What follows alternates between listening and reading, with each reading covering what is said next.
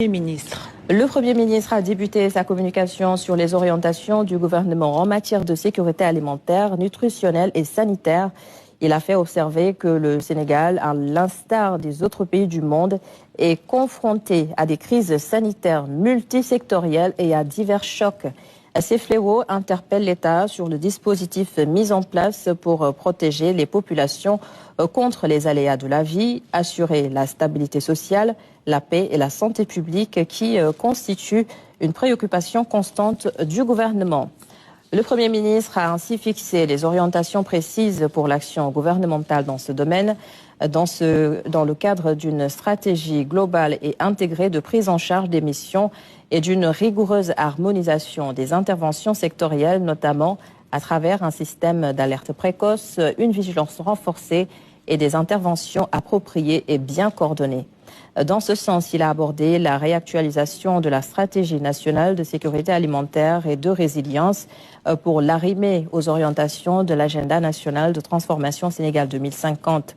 Cette stratégie révisée sera opérationnalisée par le programme d'appui à la sécurité alimentaire et à la résilience, permettant de renforcer l'efficacité des réponses aux crises alimentaires et de refonder les approches de prévention et de gestion des crises de manière structurelle.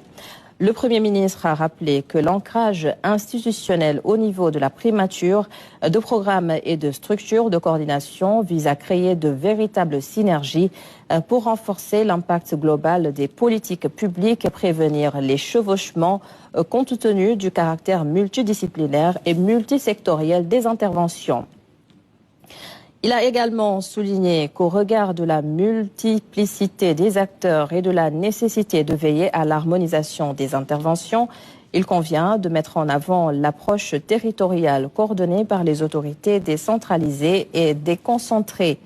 À cet effet, le Premier ministre a adressé des instructions au ministre secrétaire général du gouvernement en relation avec les ministères sectoriels pour assurer une cohérence effective des politiques sectorielles avec la stratégie du secrétariat technique du Conseil national de sécurité alimentaire.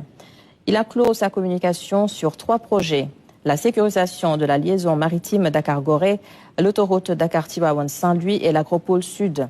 Il a présenté leur état d'avancement et les contraintes constatées avant de donner des instructions pour diligenter leur accélération. Ces projets illustrent, selon lui, la nécessité impérieuse d'aligner les procédures administratives sur le rythme et l'ambition du plan de redressement économique et social et de l'agenda national de transformation Sénégal 2050. Au titre des communications.